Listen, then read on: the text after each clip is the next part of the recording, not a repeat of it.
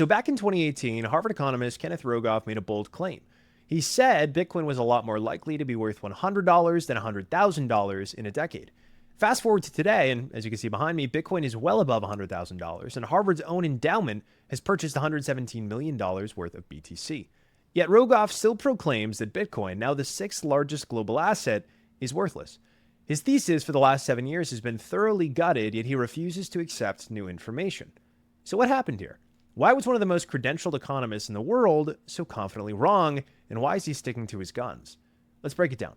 So Rogoff's thesis was built on three core assumptions. Number one, that Bitcoin's only real use case was illicit finance. Number two, that regulators would crack down globally. And number three, that there was no durable demand for Bitcoin as a transactional or monetary asset. But each of these assumptions failed to hold and blew up spectacularly over the last 7 years. First, the illicit finance narrative was completely overblown. Even in 2017, on-chain data showed illicit activity had dropped to under 1% of Bitcoin transactions. And today, it's even lower than that. Meanwhile, legal use has exploded, from small cross-border payments to billion-dollar settlement flows across the Lightning Network. Second, regulators didn't kill Bitcoin, they normalized it. Yes, some jurisdictions tried to ban or suppress it, but others, like the US, simply taxed it and regulated it as a commodity. Even BlackRock, the largest asset manager in the world, now offers a spot Bitcoin ETF, along with several other major financial institutions in the United States. If Bitcoin were still a vehicle for tax evasion, you wouldn't see it traded on regulated public exchanges with daily inflows in the hundreds of millions. Third, durable demand didn't just emerge, it intensified. Bitcoin has two unstoppable characteristics. Number one being its credibly fixed issuance, 21 million coins forever. And number two being its final global permissionless settlement, accessible to anyone with an internet connection.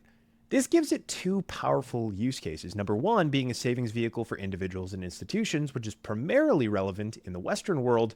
And number two is a neutral settlement layer for transactions that don't rely on banks, intermediaries, or central banks. Bitcoin settles trillions of dollars in value annually. And at its current rate of growth, it's going to surpass all major credit card volume combined. It supports a growing network of long-term holders, not just the ones who've been around for a while on the retail end, but also pensions and endowments who are now passively allocating through the spot Bitcoin ETFs.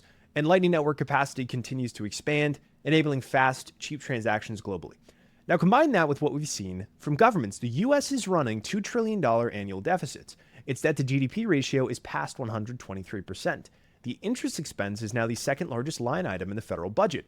And the response is more borrowing, more spending, and more monetary debasement. In that environment, Bitcoin's properties shine even brighter. The fact that Harvard's own endowment bought $117 billion in BTC is a poetic punchline, because the same institution that once ridiculed Bitcoin is now hedging with it. And the economist who said Bitcoin would go to $100, rather than revisiting his model, he's doubling down. But here's the real moral of the story.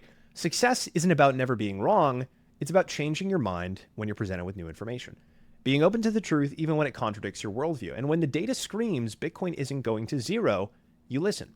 So if a Harvard economist refuses to accept new information, what else are these institutions wrong about? That's all for today's video. Thank you so much for watching. If you enjoyed, make sure to like and of course follow for more, and reshare so more people can see this, and check out Horizon. Horizon lets you stack Bitcoin using your home equity without new debt, monthly payments, interest charges, or term limits. You can check that out at joinhorizon.com or by scanning the QR code right there. That's all for today's video. Thank you so much for watching. I'll talk to you soon.